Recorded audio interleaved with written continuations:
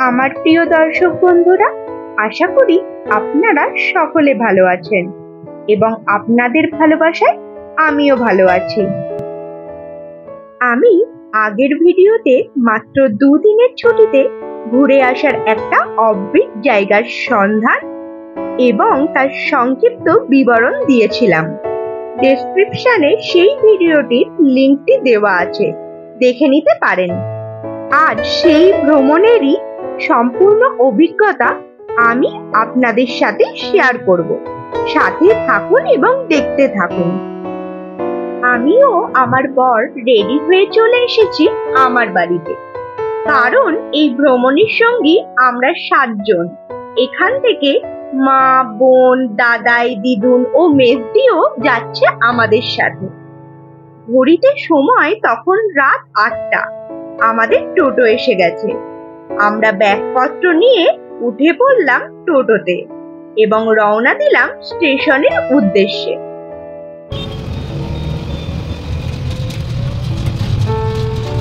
কিছুক্ষণের মধ্যেই আমরা পৌঁছে গেলাম ব্যান্ডেল স্টেশনে।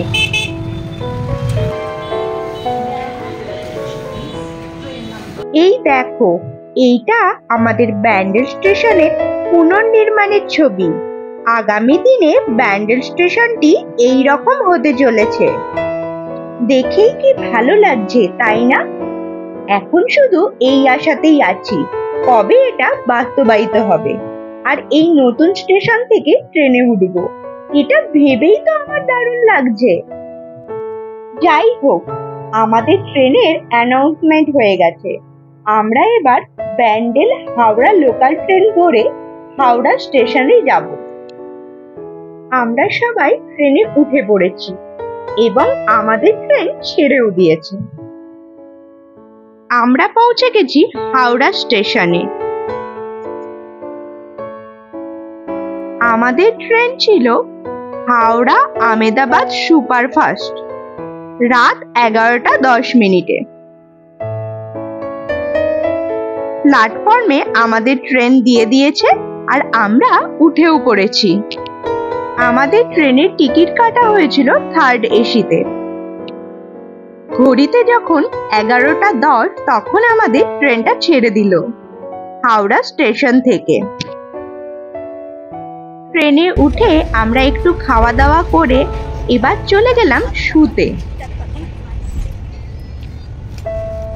সকাল হয়ে গেছে।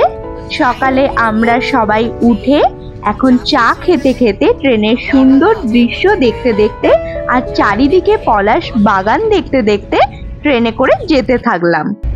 এই দেখো কত পলাশ ফুল হয়েছে, চারিদিকটা এত সুন্দর দেখতে লাগছিল যে কি বলবো। একটু রেডি হয়ে নিচ্ছিলাম, আমরা তো এবার নামবো, সেই কারণে।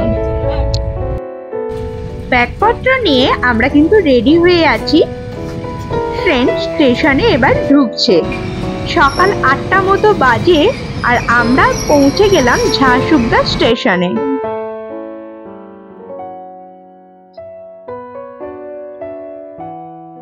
ওই দেখুন, আমাদের ট্রেন কিন্তু ছেড়ে বেরিয়েও গেল।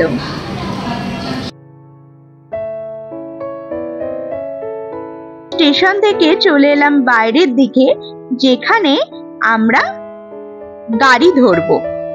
এখান থেকে আমাদের কিন্তু গাড়ি বুক করা ছিল আর সেই গাড়ির ড্রাইভারই চলে এসেছে আর এখন আমাদের লাগেজগুলো প্যাক করা হচ্ছে। আমরা এখান থেকে ঘুরতে ঘুরতে যাব হলো ছত্রিশগড়। গাড়িতে আমরা সবাই বসে পড়েছি উঠে। সবাই নেমেছিলাম টিফিন করার জন্য। প্রায় 1 ঘন্টা রাস্তা আসার পর খাবারের দোকান দেখতে পাওয়া গেছে। আপনাদের দেখাই যে আমরা কি কি টিফিন করলাম। মা আর দিদুন মেজদি এরা নিয়েছিল হচ্ছে জিলিপি আর সিঙ্গারা। দাদাই নিয়েছিল ধোসা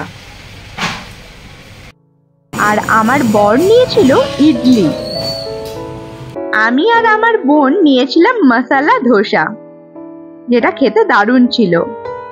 টিফিন খাওয়ার পর দুপাশের পলাশের বাগান দেখতে দেখতে আমরা এগিয়ে চললাম। আমাদের প্রথম গন্তব্যস্থান ছিল কত্তবেড়া ধাম। দুই পাশের জঙ্গল পেরিয়ে যখন যাচ্ছিলাম, এত অপূর্ব লাগছিল জায়গাটা, আপনাদের কি বলবো। এবার চলুন আপনাদের ঘুরিয়ে নিয়ে আসি কত্তবেড়া ধাম থেকে। আশা করি জায়গাটা আপনাদের খুব ভালো লাগবে।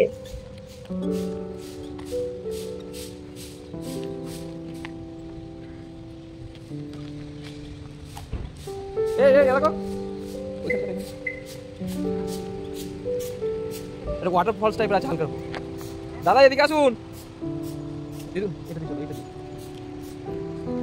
ওইখানটা চলুন, ওইখানটা একটা মিনি ফলস আছে, এগুলো দেখে দেখে আসবে। হ্যাঁ, হাই, দেখা যাচ্ছে? ওই তো, এই তো এখানটা, এখানে হাসি। এবার আমরা সেই সুন্দর জায়গাটায় যাচ্ছি, কিন্তু যেতে যেতে না বেশ ভয় লাগছিল, পাথরগুলো ভালোই স্লিপ আছে। অবশেষে সারা রাত ট্রেন জার্নি করার পর আর কিছুক্ষণ গাড়িতে জার্নি করার পর যা দৃশ্য দেখলাম, সেটা দেখে মন প্রাণ সব ভরে গেল। বিশেষ করে যাদের অফবিট জায়গা পছন্দ, তাদের তো এটা দারুণ লাগবে। এখানে এসে আমার এতটাই ভালো লাগছিল যে মনে হচ্ছিল আরো কটা ভিডিও করি, ফটো তুলি, কিন্তু তারপর ভাবলাম না, আরো বাকি জায়গাগুলো আছে, সেগুলো তো আমাদের ঘুরতে হবে নাকি। এই জায়গাটার থেকেও দারুণ লাগছিল কিন্তু সামনের দৃশ্যটা দেখতে।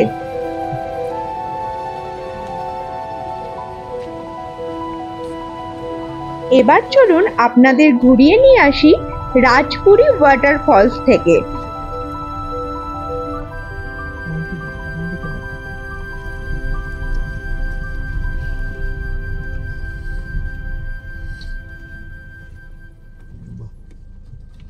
এই জায়গাটাও বেশ সুন্দর ছিল।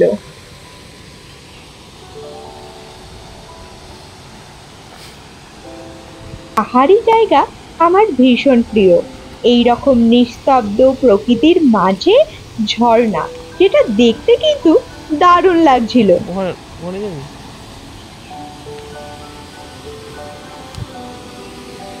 বৃষ্টি পড়ছে কিন্তু।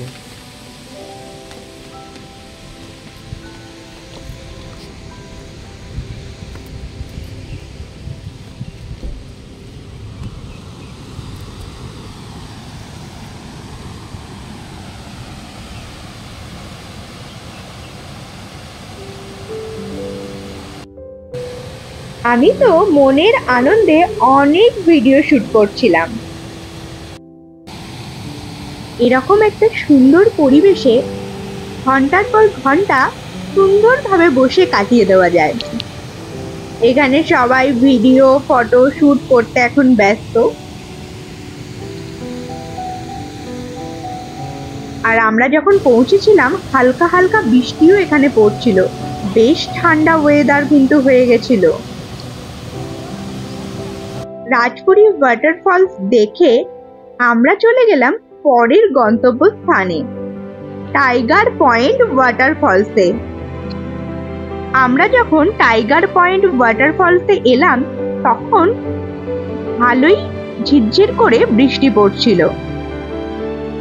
এখানে নাকি আগে বাঘেরা জল খেতে আসতো, তার জন্য এটাকে টাইগার পয়েন্ট ওয়াটারফলস বলা হয়।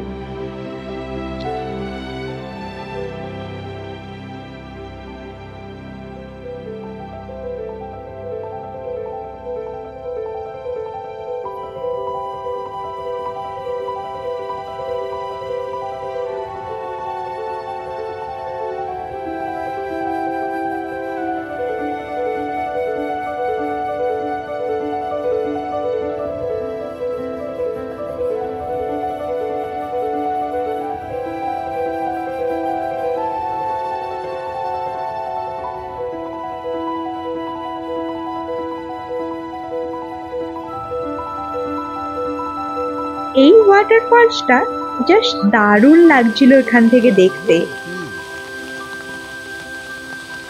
তাহলে যখন জল ভরপুর থাকবে তখন কেমন হবে রূপটা? ওই জন্যই একটু একটু করে বৃষ্টি হচ্ছে, মানে জলই থাকছে না। পয়সা খরচ করে এসেছে, আকাশে বৃষ্টি আর তার সঙ্গে এরকম সুন্দর ওয়াটারফল, মনটা যেন জুড়িয়ে গেল এটা দেখে। আমরা তো ছাতা নিয়েই সবাই হাঁটছিলাম, কি করব, তবু তো এরকম সুন্দর জায়গাটা মিস করা যাবে না।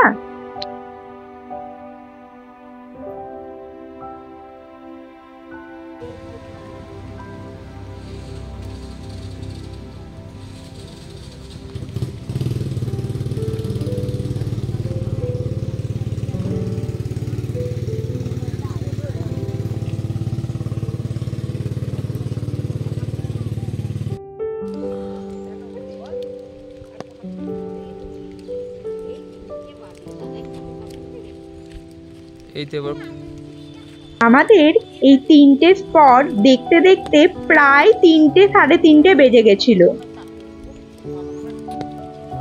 আজকের মতো সবকটা সাইট সিন কমপ্লিট হয়ে গেল। এরপরে আমরা চলে গেছিলাম দুপুরের খাবার খেতে। চলে এসেছিলাম কর্মা হাউস অ্যান্ড রেস্টুরেন্টে। ব্লগে আমরা দেখেছিলাম এখানে খাবার দাবারের কোয়ালিটি খুব ভালো, তাই অন্য কোথাও না গিয়ে এখানেই আমরা চলে এলাম।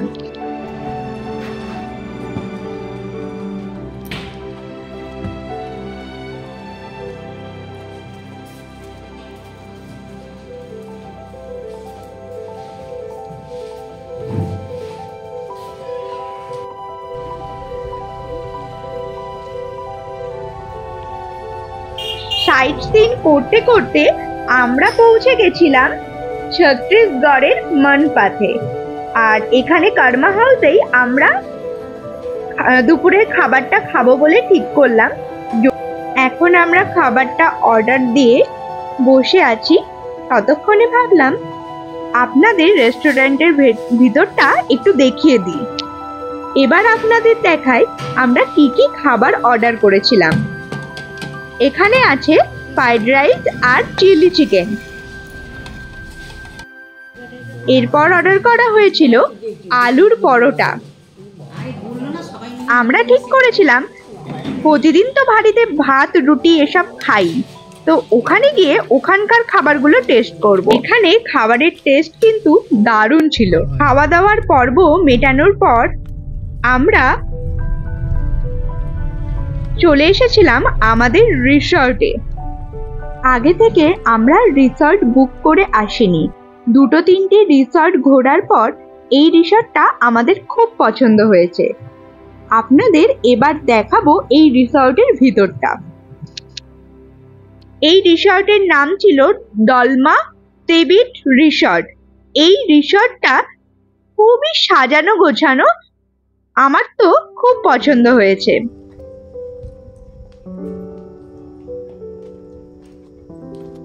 এবার আপনাদের দেখাই এখানকার রুম কেমন ছিল আর রুমে কত টাকা পড়লো। রুমের ভিতরে ঢুকে পড়লাম। এরকম 2টো বেড ছিল, মানে একটা রুমে 4 জন কিন্তু খুব ভালোভাবেই থাকতে পারবে।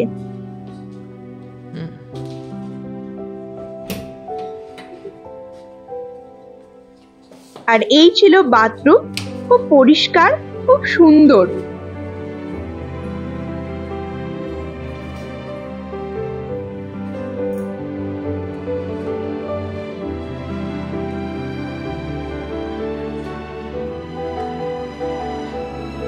সাজানো গোছানো খুব সুন্দর ছিল এই রুমটা।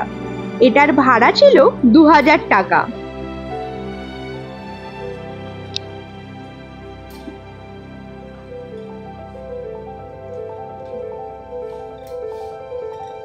সবাই ফ্রেশ হয়ে সন্ধ্যেবেলায় একসাথে বসে গল্প করছিলাম।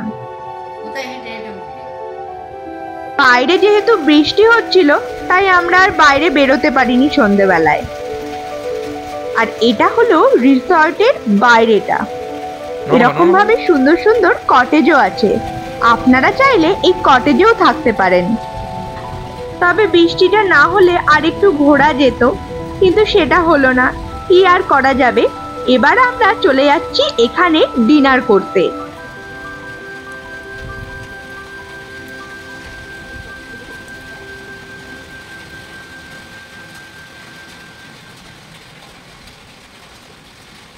চলে এলাম রেস্টুরেন্টের ভিতরটায়।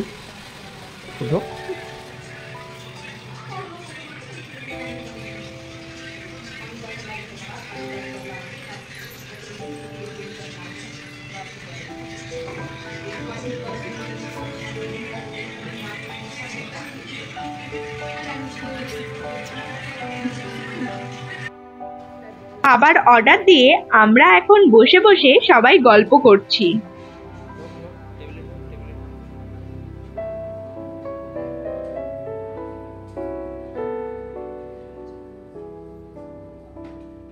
আমাদের খাবার এসে গেছে। চিলি চিকেন ছিল, আর এই ডিশটার নামটা ঠিক আমার মনে নেই, মোমোর মতনই একটু বড় বড় ছিল। আর এখানে মোমোও নেওয়া হয়েছিল।